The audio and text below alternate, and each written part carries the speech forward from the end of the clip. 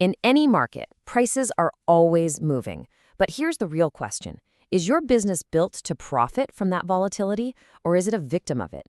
Today, we're unpacking a key metric that really separates the winners from the losers: price elasticity of supply. And trust me, it's not just some dry economic term. It's a direct measure of your company's agility. So let's dive in. All right, picture this. Market prices for your product are absolutely soaring. Demand is through the roof. On paper, it looks like a gold rush, right?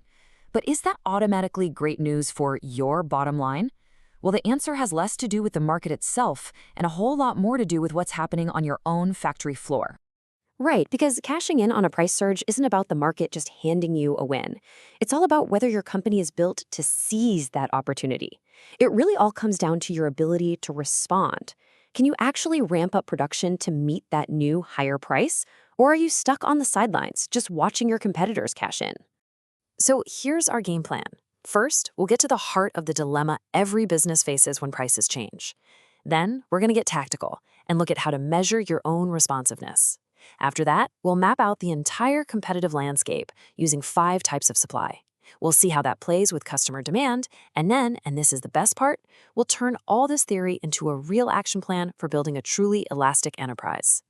Okay, let's kick things off with that fundamental tension every single producer has to deal with. Think of it like a constant dance between the price signals you're getting from the market and what you're actually capable of producing. Getting this dance right?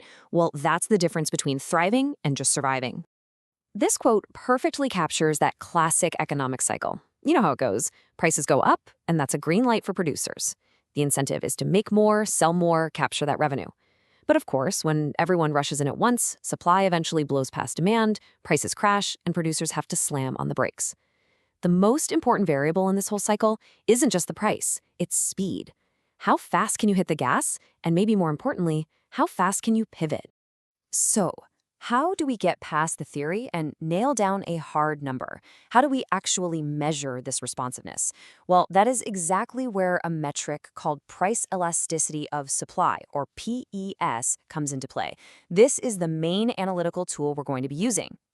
Simply put, PS tells you exactly how much your supply changes for every 1% change in the market price. In the formula, it's beautifully simple. You just take the percentage change in the quantity you're supplying, and you divide it by the percentage change in the price you can sell it for. That one number tells a massive story about your operation.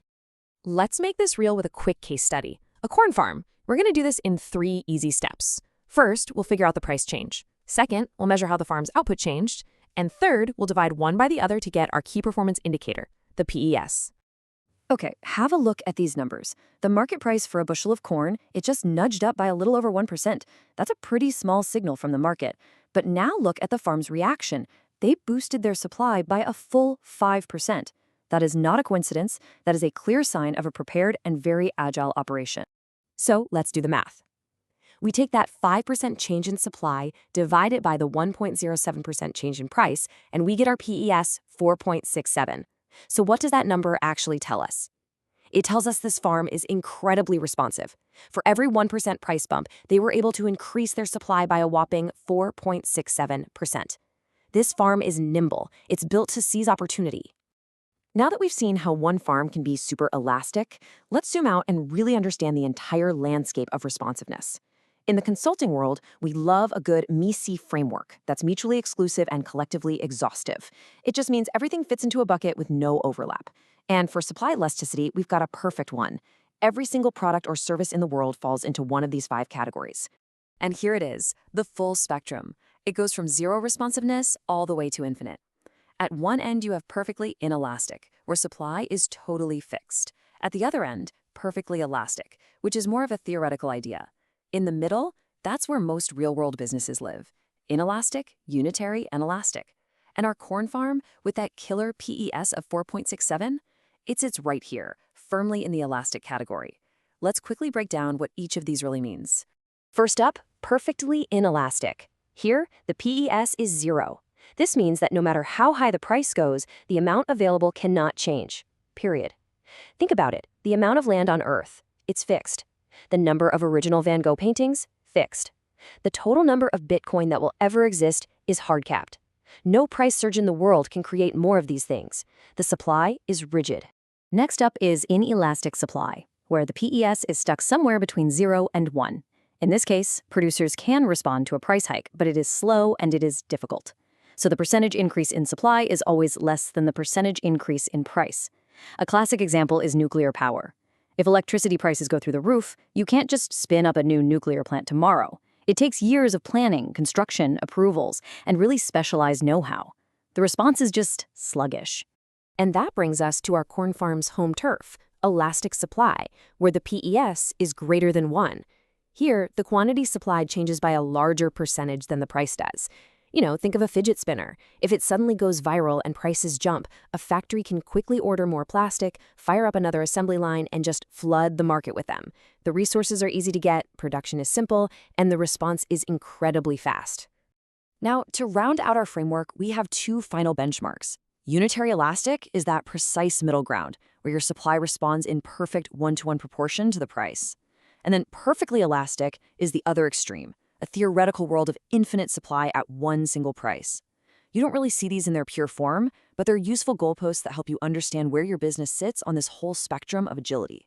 All right, so understanding your own ability to respond is critical, but it's only half the battle. It's really important not to confuse supply elasticity with its more famous cousin, demand elasticity. They are 2 totally different sides of the same market coin, and they represent the opposing motivations of producers and consumers. So let's be crystal clear. PES is all about us, the producers, and how we react to price changes. Price elasticity of demand, or PED, that's all about the customer. A higher price for us is a green light to supply more, but for the customer, that same higher price is a red light to demand less. A winning strategy is all about finding that sweet spot, right? Ramping up supply just enough to meet the demand that will actually still be there at that new higher price. Okay, so this brings us to what I think is the most important part of our whole discussion. We get the theory, we know how to measure it, we have a framework, so what's next? How do we use all this to build a better, faster, more responsive business? In other words, how do we build an elastic enterprise? And this right here, this is the strategic goal. You want to be nimble. You want your PES score to be as high as it can possibly be for your industry. A high elasticity means you can rapidly scale up production to grab profits when prices are climbing. But just as important, it means you can quickly scale down to avoid big losses when prices are falling. It's all about strategic flexibility. So how do we build this agility into our operations? Well, there are 3 key levers you can pull. First, technology.